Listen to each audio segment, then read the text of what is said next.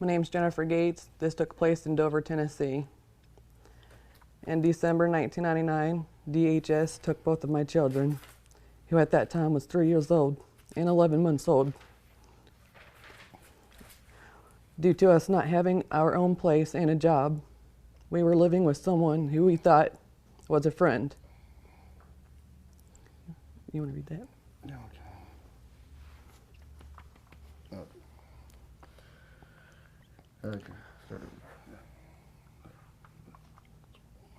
Okay, DHS snatched up my son in her arms and took off in her car with him as a police officer stood by and watched without stopping her, even though she nor the officer didn't serve us any kind of court order stating our children had been removed, nor did DHS do any kind of investigation. The police officer put me and my husband in the back of the car and took us to the DHS office. And when we got there, both of our children were there. My daughter had spent the night with a lady who I thought was family, and that's why DHS had only took my son at that point. And once I seen both of my children there, I knew who had made accusations on us, because the lady my daughter spent the night with was there in the same room as us, so it red flagged us. We were told we would get our children back by June year of 2000 if we complied and got our own place and the job. We signed a paper giving two women temporary custody of our children. A few short weeks after signing the temporary custody, these ladies, including DHS, went to court behind our backs and told the judge we abandoned our children and demanded full custody and removal of our parental rights. And once the court started, we got a letter in the mail at my in-laws, and we had no clue what was going on. Next thing we knew, the battle to get our children back began, and at this point, me and my husband had already found jobs and our own place to live. These people did everything in their power to keep us from getting our children back, such as saying we molested, beat, starved, and neglected and abandoned them. We never got a fair trial in court, and we were made to sit with the audience instead of beside our attorney. Here's my full story on how I was taken advantage of at the age of 20 years old, and my husband was 23 years old. My husband was in the Marine Corps and was discharged after serving 4 years in June of '99. When this time was up, we moved to Tennessee with our 2 children in search for jobs and a place to live. My father lived there, and my in-laws lived there as well. Things didn't work out like we had planned. We were unable to find jobs and had become homeless. Then some people who we thought were friends had told us that we could stay at their house until we could get on our feet.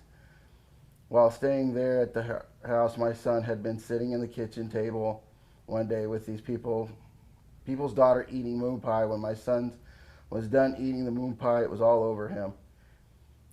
In his chair, his face, and on his clothes, it was everywhere. So I asked him to follow me to the bathroom so I could clean him up. As I was walking down the hallway, I could hear his footsteps. Then all of a sudden, I didn't hear them anymore, so I turned around to see if he had gone into the playroom that was one door away from the bathroom, and when I turned around, I had accidentally burned my son with my cigarette.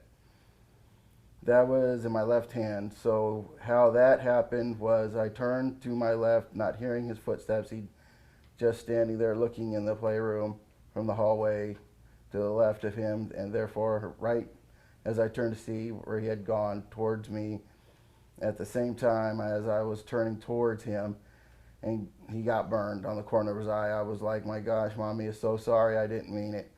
It was an accident. I put cold water on the burn, then asked the woman that we were staying with if she had any kind of ointment for burns.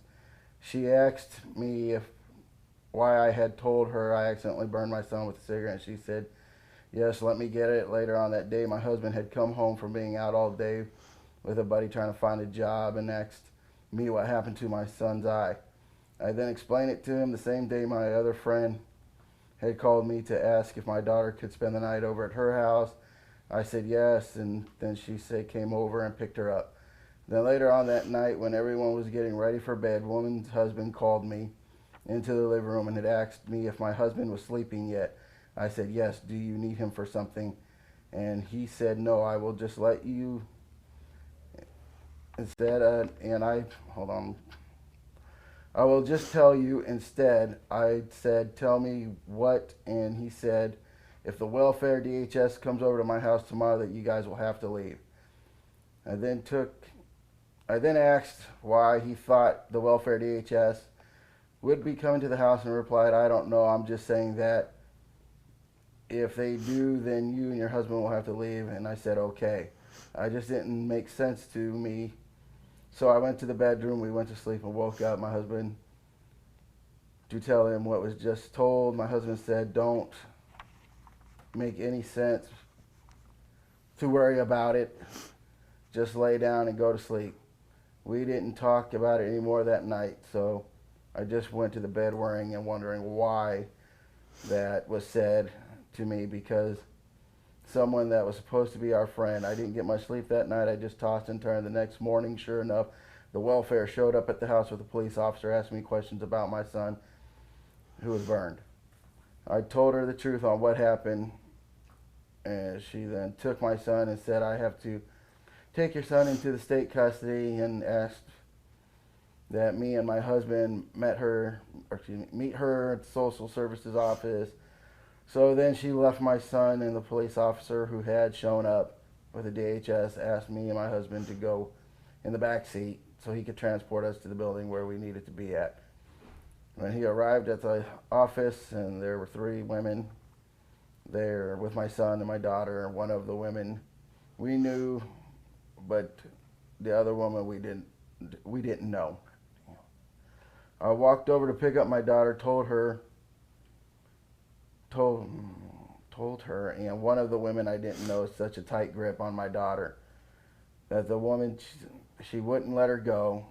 She then looked over at my friend like, can I have her? And my friend nodded her head up and down, telling her yes, it's okay to let her hold her daughter. So I finally got to hold my daughter, and then looked over and seen my son in the back room playing with some toys. I then called out to him and asked that he come stand by mommy. Then 2 police officers came over in the waiting room there where we were at and our children, and asking us questions like why were we homeless? What happened to our son's eye? Why didn't we have jobs? Stuff like that. The police officer said he asked our son about some questions and said yes to all questions. My husband had tried to tell the police officer that our son says yes to everything. Well, the police officer didn't believe my husband, so my husband tried to prove to the officer that our son did in fact say yes. So my husband was ask our son questions like, Daddy, take that pole over there on the ground and hit you with it. And my son said yes. Then the police officer got angry, told my husband, that's enough. Don't talk like that to your son anymore. Then my husband said, I was just trying to prove to you that he says yes to everything. The social worker come over to the waiting room, asked that me and my husband follow her to her office. We did just that.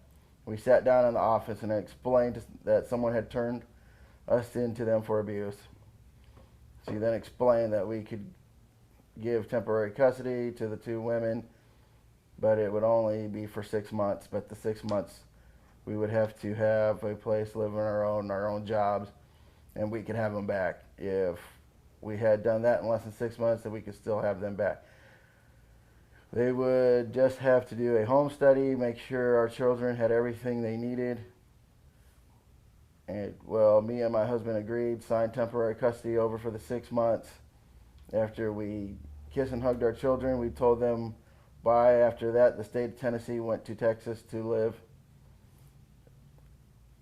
with my husband's sister, just until we had enough money to go back to Tennessee where our children were, to get our own place there. When we were at my sister-in-law's house, I had 4 jobs and my husband was truck driving school. It wasn't but 3-4 weeks later that we had signed temporary custody papers to the two women, went to court along with DHS, and had told court we abandoned our children and left the state.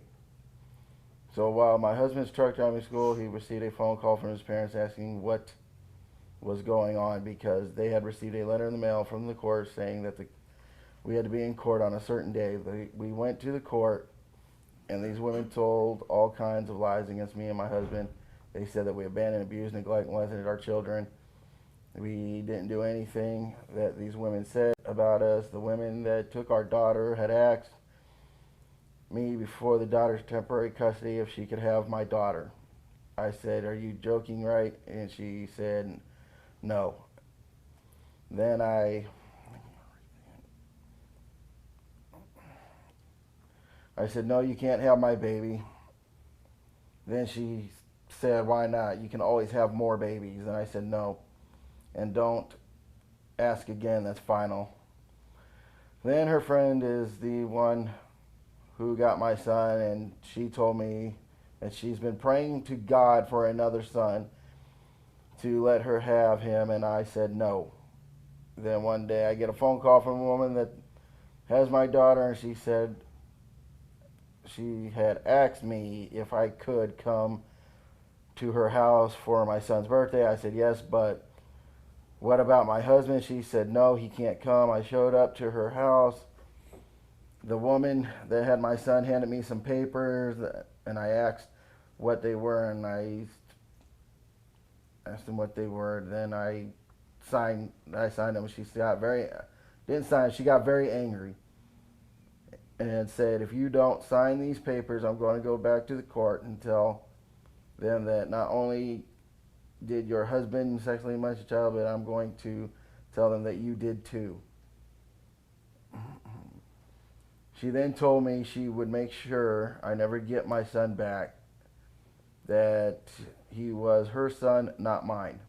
She said she will do anything in her power to make sure she's going to keep him. I told her she could tell the court anything she wanted because she was lying, and that I wasn't worried about it because I didn't do what she said I was going to do. She then got extremely angry and walked out of the house, and as she was walking out of the house, her husband,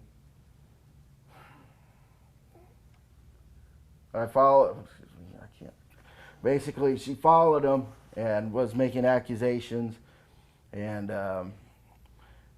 basically what was going on, I'm not going to read that phone no more.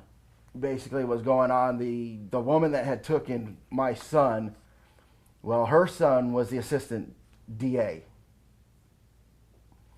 So basically they were in bed together along with the judge, because the judge and them had actually discussed the court case over Thanksgiving dinner. And basically it was small town USA that everybody had been related to.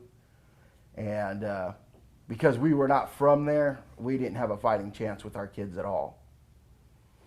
And what we had done is we had in front of the court where we had to sit in the audience instead of next to our attorneys, which I believe that the court was an actual kangaroo court, because we had a lawyer, but we actually basically had no representation, because we had evidence that we were supporting the kids.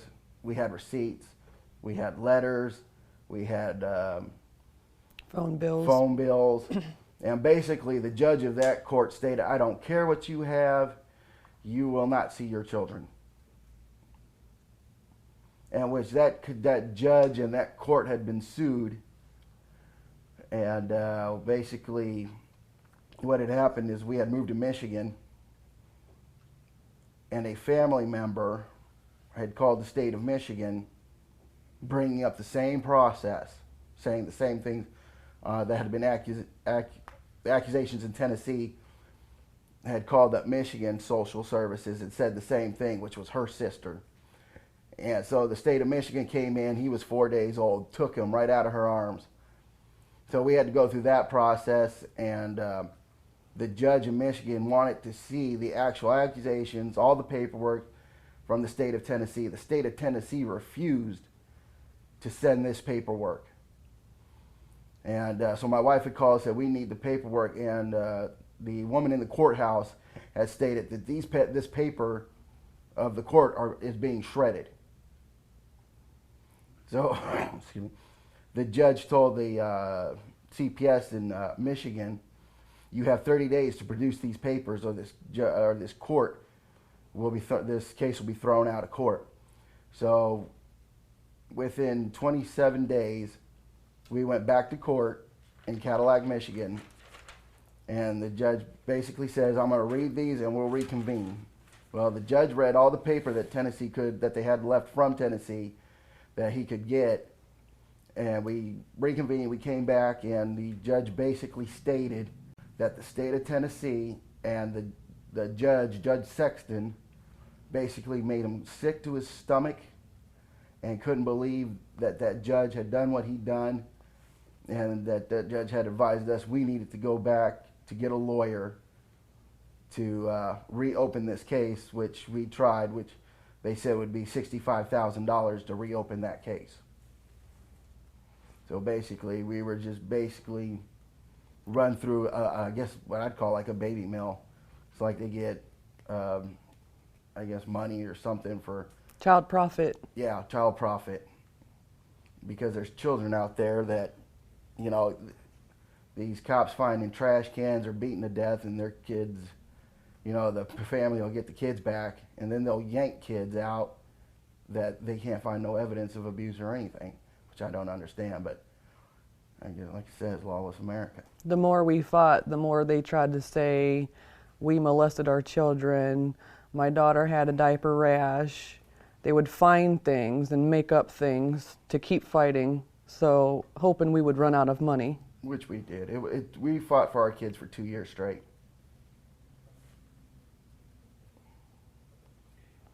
So the judge in Michigan returned your Yes. third child. Yeah. He was 4 days old when he was taken, and he was almost a year old when we got him back. Because the CPS was doing their circus. But like I said, when the judge finally got the paperwork from Tennessee, he was disgusted. Yes, he was. What's the name of the judge in Michigan? Do you remember his name? No, I don't. I'd probably have to Maybe get... email that to me. I'd like to know that. Yeah, I'll find out and give it to you. If we ever find one that says something decent, we like to Yeah. check into them, and if they're good, we like to advertise. Yeah, he was a very Um, bad judge. So where are you today? You now live in Idaho, Mhm. Yes. and have you given up the fight in Tennessee? Well, we think about our kids a lot, but it's been so many years. I mean, it's been, my son was 3, he's now 16, Just turned 16. just turned 16. Our daughter was 11 months old, and she's 13. I mean, we've bought them so much stuff, but, you know, when I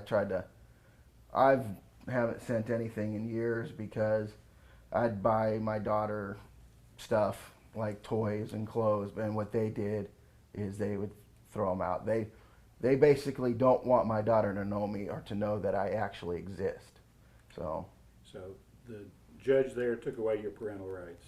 Yes, he said that if we did not give up our parental rights, we would go to prison for 25 years without parole. So you gave them up? Yes. even though we had all the evidence stating otherwise, because when we were in that court in Tennessee, even the CPS lady basically told that judge, which his name is George Sexton, who is no longer a family court judge. He's in traffic now. Yeah, because like I said, they've been sued too many times and too many complaints against him. And he wasn't even a judge very long when he took on. He had no business taking on our case with his amount of time of being judge. So, but And we brought up the point of how could we abandon our children if CPS took them and made us give temporary custody to two different women. That's not abandonment. Well, Your children were stolen. Yes. Yes. Can you say that for me as a soundbite? My children were stolen.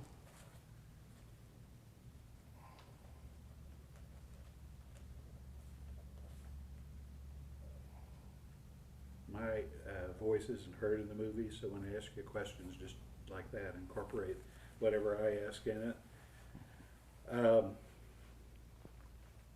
Have you had any contact with your children in the last 13 years? Yes, I have not. You have. I have. He doesn't. I will call the women that have my daughter, one of the women that have my daughter, and she will talk to me. Whether she tells me the truth or not, I don't know, but she tells me things about my daughter. My son, I do talk to him. And that was just recently, May 26th of this year, 2012. My husband has a niece that goes to the same high school as him, and I asked her to get his cell phone number for me, and she did. And I don't talk on the phone, I just text him, and he'll text me back. Okay. And we keep it a secret. And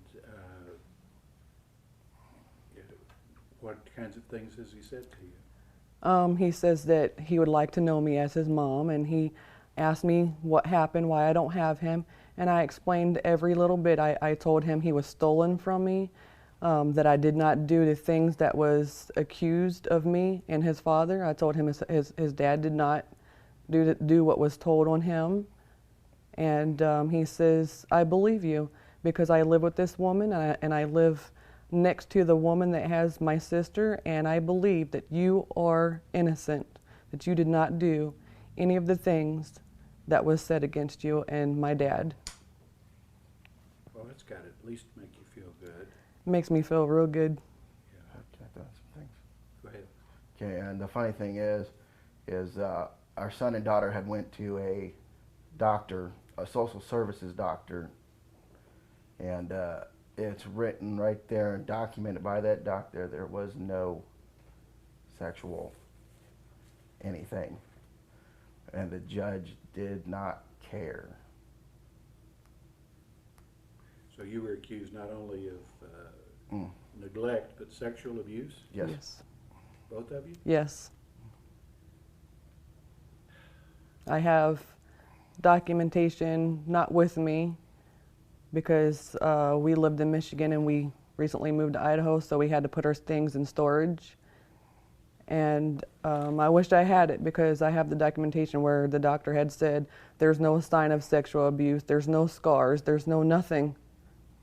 And they still said that the court and the judge still said that we did it anyways. Even though that was a social services doctor Social stating services that doctor. documented it. But like I said, this George Sexton, who was the judge at the time, didn't care what anybody had to say because he was in with that family. And before Judge Sexton become a judge, he was a DA's assistant. And then he became judge and was only judge for 1 year when he took our case. Jennifer, this is not easy to do, but I'm going to ask you to try. Tell me your story in 30 seconds. DHS stole my children. I was 19 years old. I didn't know my rights. I was gullible. They took advantage of me. Stop you.